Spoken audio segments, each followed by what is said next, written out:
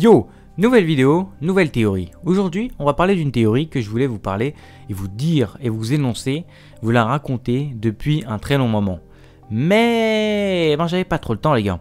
Avec le Daily Upload, j'ai oublié carrément cette théorie, j'ai laissé ça dans un petit dossier dans mon PC et je l'ai oublié. Donc désolé si elle arrive un peu tard, mais ça tombe bien car comme vous l'avez vu dans la preview de l'épisode 116, Jiren se réveille. Et oui, il se réveille pour nous faire du sale. Et perso, j'ai vraiment hâte.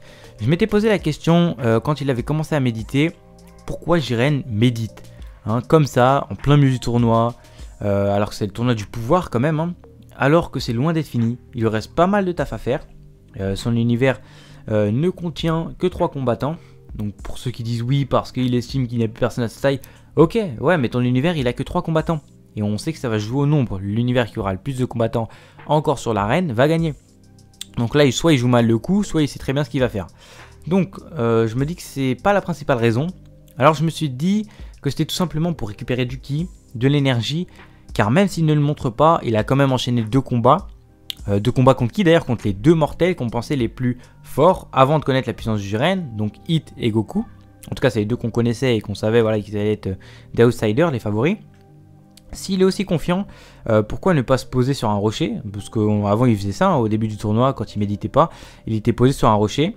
Je crois qu'il avait même les bras croisés carrément. Il était debout, comme il le faisait depuis le début. Pourquoi il fait pas ça? Je vais donc venir à la théorie du jour.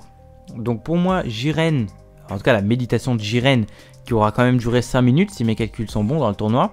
Ce qui est énorme, tout ce qui peut se passer en 5 minutes. D'ailleurs, mon collègue Virus ou moi-même, on vous fera une vidéo sur le temps de ce tournoi. Donc voilà, on va développer ça avec vous. Donc pour moi, cette méditation va peut-être apporter un petit, je dis bien un petit power-up. Parce que s'il a un gros power-up, déjà que Jiren est cheaté, ça risque de devenir un truc incontrôlable.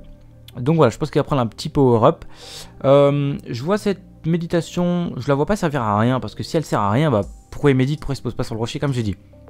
Donc on a vu contre Goku, donc Goku Ultra Instinct, que Jiren était à peu près de même force. Voilà, je sais que je vais recevoir des commentaires, ouais, il était un peu plus fort, un peu moins fort, je sais pas quoi. Moi, pour l'instant, j'ai vu qu'il était à peu près de même force.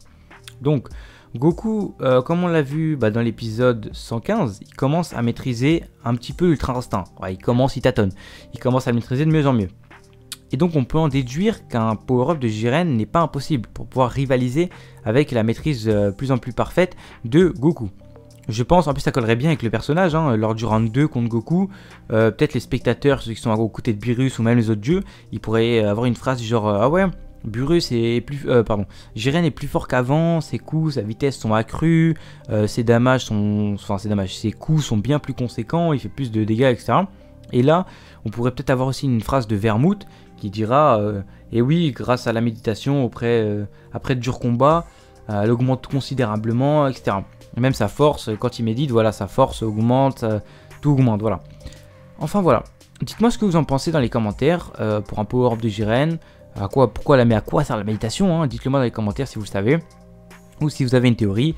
D'ailleurs, si tu as vu la vidéo jusqu'ici, on va faire un petit truc, mettez un commentaire #WIS, c'est juste pour voir en fait le nombre d'abonnés qui finiront la vidéo, pour voir à peu près qui regarde la vidéo jusqu'à la fin et qui n'en regarde pas jusqu'à la fin.